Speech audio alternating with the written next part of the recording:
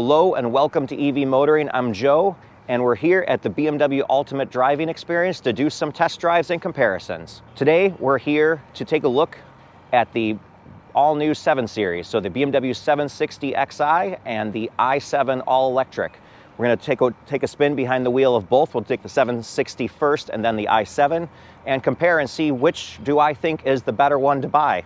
Both vehicles offer incredible levels of comfort and incredible levels of luxury, but we're going to see if the i7 takes the refinement and quietness and comfort of the traditional 7 Series to the next level, or does it have too many quirks and weird features that I'd recommend the 760 over it. I'm here in the all-new 7 Series, the BMW 760 Xi. Just started it up by pressing this little crystal start-stop button, pulled back the piece of crystal here to put it in drive, pull it a second time to get it into sport mode. So very similar to how the i7 will work. Same controllers here as far as you'll see in both vehicles. You get a crystal iDrive controller, volume knob, etc. Bowers & Wilkins speakers. Crystal on the door to adjust your seats. So we put it in drive. Let's go take it for a spin, and then we'll take the i7 for a spin and see how they compare. So when I started this up, of course, you may have heard the engine come to life. Believe it went into a start-stop mode now. So as soon as I start, you heard the engine come to life. So now we're gonna hit the road and see how it performs. Just zoom out here and we'll take a quick spin on the highway. We'll do the same route. Actually, BMW gave us a preferred route for us to take anyway. So convenient that they already have that laid out for us to give us a little bit of a highway drive and then a city street drive. So we'll be able to test out the performance merging onto the highway as well as the suspension on these bumpy city side streets, because there's a little bit older streets in this area. Initial reaction is incredibly comfortable. I just went over some imperfections in the pavement. Didn't hear any noises coming into the cabin, and it just felt like a bank vault kind of wafty float right over these bumps. So great to see that, or great to feel that incredible comfort you'd expect out of a 7 Series. They haven't, tried to implement too much of the BMW racing heritage into this car. This car always needs to be an executive saloon, road trip machine, just to be able to, get on the road and drive for hours and not have any sort of, and not be tired from it. So we're going to merge on the highway here, and we'll give it a little bit of burst of power and see how it performs and sounds. Because we know in the i7 they're going to do a little bit of a pumped in fake engine noise to simulate some sort of simulate the acceleration some way. But now let's go ahead and hear what the real engine sounds like.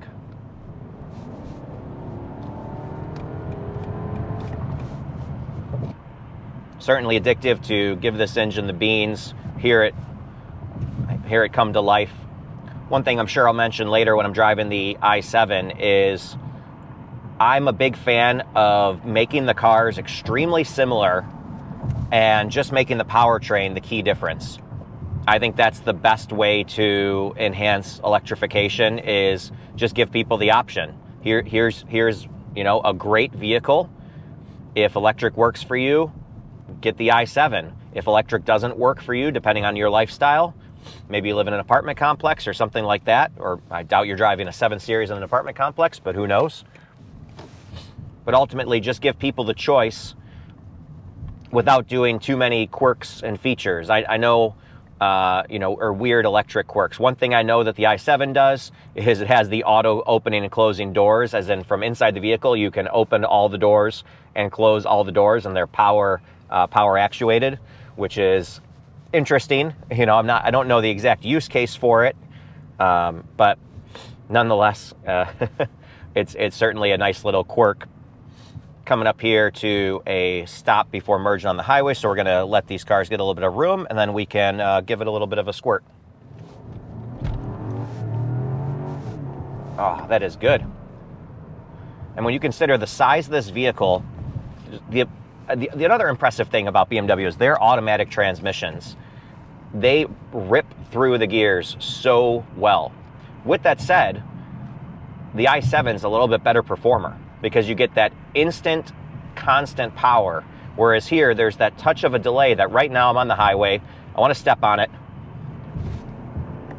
I'd have to estimate it was about a half second, maybe just less than that, from the time I mashed my foot till the time it changed gears and started going. In the i7, as fast as I can push the pedal, we're going. So that instant power is, one, satisfying, but two, also actually adds a level of safety, because when you need to make a lane change, need to get around a vehicle, whatever, having that power on demand, quicker and more responsive, helps you make the maneuver you're trying to do. So now I'm going to exit right here, go a couple blocks on some city side streets. We'll circle back to the Wisconsin Fairgrounds, where then I'll get behind the wheel of the i7 and see how it compares to this. One thing's for sure, this internal combustion 7 Series certainly sets the benchmark extremely high. So I'm hoping that the i7, replicates this car as best possible, maybe makes it a little bit quieter in here.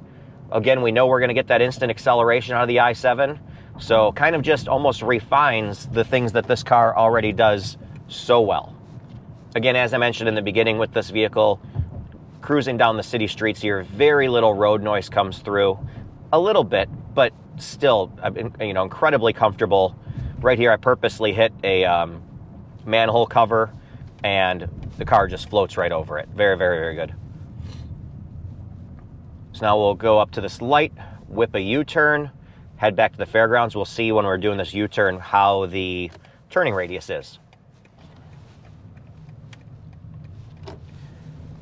Fairly impressive, I gotta say, for how obnoxiously long this vehicle is, being that there's pretty much more room in the back seat than there is up here in the front seat.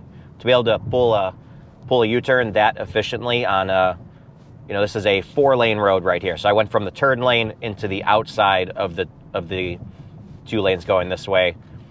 Super simple, wasn't even close to needing to do a 3-point turn. But now we'll go a block down the road here, head back to the fairgrounds, and hop in the i7 and see how it compares. Okay, just wrapped up the drive here in the BMW 760xi. Now we're going to hop in the i7 and see how it compares. Okay, so we're here in the BMW i7. Time to take it for a spin and see how it compares to the ICE, or the internal combustion 7 Series. So we're going to go ahead. We got the key in our pocket. Go ahead and push the start-stop button. Got my Dunkin' here for the day. Let's see how it starts up. Have to turn the fan speed up a little bit so it's not too obnoxious in here. And we'll go for a spin and see how it compares. To put the BMW in drive, we just literally put our foot on the brake and pull this little crystal towards us, and we are in drive. We do it a second time to put it into B mode, which gives us more regen. That's the way I prefer to drive. Nice to know that there's both features easily accessible right there. Also note the crystal iDrive controller right here. Another crystal, sorry about the focus, another crystal volume knob right there. Got everything. The home screen includes your nav, your music, telephone, and it's fully customizable as we've shown in the iX and other BMWs. Really cool camera setup right here, having the cameras showing what's in front of us. Heads-up display, I'm sure, is not probably showing up well on my phone camera, but let's take it for a spin and see how it does. So as soon as you start driving, you'll realize how incredibly soft and comfortable, just like the regular 7 Series this is. One thing that I quickly found out that I hope they can software engineer out, I was in B mode and I actually pulled forward a little bit too far. I had a reverse, so I put the car in reverse, backed out, and then when I pulled to put it back into drive again, it went into drive and not B mode. I wish it would, if essentially if I put it in B mode once and I had to do a quick reverse and back forward, I wish it would default to B mode again, or just there's some way we could program, and this very well might be possible, within this car already, but it would be nice to be able to program the car to be in B mode by default, since that's the way I prefer to drive. And if someone doesn't want to use B mode and they want it to have a default to D mode, that's great too. But nonetheless, the customization is one of these great things about electric cars, is you should be able to program all of this to the way you like it to be. Let's give it a quick squirt of electrons. Performance is pretty good considering this is just an absolute boat. Super quiet in here, super comfortable. The handling, of course, or the steering, of course, you can adjust that through the settings, so you can make it heavier or lighter exactly how you would like, and that's the same in the regular 7 Series as well. And that's really the kind of the highlight, or the main point I want to make about this vehicle is, you know, other companies, they make their electric cars extremely different versus their internal combustion cars. With BMW, they do a great job of making them very similar, right? A 4 Series, where the i4 is very similar to a 3 Series internal combustion, being 4 doors. Because remember, the regular 4 Series is, of course, 2-door. With the 7 Series here, so whether it's the 760 or this i7, very comparable, very similar tech. There's a couple extra quirks and features that come in this car, such as I can open and close the doors from inside the car here. So, you know, little things like that I think they're just trying to replicate what the Tesla Model X does. You know, certainly a nice feature to have, I guess. I don't know how often you would use it, but nice. Of course, the massive screen that is in this model right here. So you see the screen can flip down if I put in theater mode, which probably can find somewhere in here. I've done it before. I haven't been in this car in a few months, so I have to kind of dig through and figure out how to put theater mode back on. So just merging back on the highway now, I'm going to go ahead and try to engage this theater screen. Interesting. So it gave me a little warning when I went to go fold the theater screen that I had my driver's seat too far back for the screen to fold down. Neat, I guess. Interesting that my seat could go back that far. So now I had to kind of move my seat up. I'm kind of jammed into the wheel a little more, but now we can fold the screen down.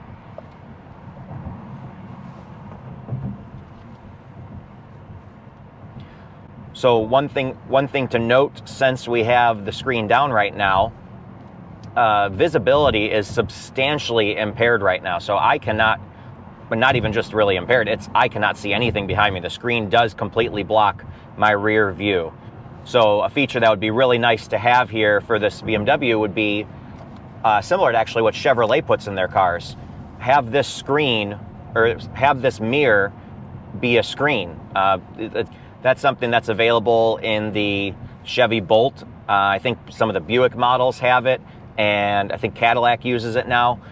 Very useful feature for if you do have whatever stuff in the car behind you and it blocks what your rear view mirror would normally see. Being able to have that camera out the back of the car can make a big difference in safety, especially in a situation like this where now you could have a passenger in the back, essentially in like a chauffeur situation, or the kiddos enjoying a movie or some Netflix while you're on a road trip. Certainly would increase safety if there was a way to see what's behind you. And there very well might be in this screen a way to get my radio, screen to have what's behind me, but it would be nice to just have the mirror do it, since that's kind of where you want to be looking naturally. Otherwise you have to, adapt to a new place for the rear view camera to be. Right now I'm just here on some a little bit bumpy side streets, and the car just soaks them all up. And the comfort, that's what you're getting in a 7 Series. You want that lead sled feel of just like bank vault cruising down the road. And that's certainly what you get here. I've driven these roads in my Model 3, for example, and you certainly feel the bumps. Here in the 7 Series, it just wafts over them. It's a very almost old style Cadillac floating feel. Whip a U-turn here and see how the steering is. Pretty quick and easy U-turn. Pretty impressive turning radius considering how giant this vehicle is. Another feature this vehicle has that's kind of I've noticed into a lot of cars now these days is when I start to drift out of my lane, the steering wheel will vibrate to kind of let me know, like, hey, you're drifting. That's a very nice feature that, rather than the car just completely taking over and moving me back into the lane, which I'm sure it could probably do as well. I'm sure this also has some form of like an autopilot or, limited highway self-driving. But having that, the vibrating wheel is certainly something. I think I used to have that in my Volkswagen ID4. Love a feature like that. Love more safety features, and then just give me the ability in the screen to toggle on and off which ones I see fit for myself. We're gonna head back to the Wisconsin State Fairgrounds, and we'll wrap up the video. In my opinion, you can't go wrong with either vehicle. Both are excellent driving, ultimate driving machines, quite frankly. For considering the size, the comfort, and you still get the performance. For me, I would choose the i7. It works in my lifestyle, but I just love that BMW is making the cars similar, so you can kind of get, you're not really having to decide based on styling which one's right for you. You're just deciding which one's better for your lifestyle. Maybe an ICE vehicle is still better for you versus the i7. I think the i7 makes sense with just the convenience of leaving the house with a full charge every day, not having to go to a gas station, and getting that little bit extra quieter ride out of the electric drivetrain. So that's a wrap here from the BMW Ultimate Driving Experience, comparing the i7 to the new 7 Series. Let me know down below what you thought. Do you like that the i7 is very similar to the 7 Series, or do you wish they kind of made a little bit more differentiation? So let me know that down in the comments. And with that, take care until next time.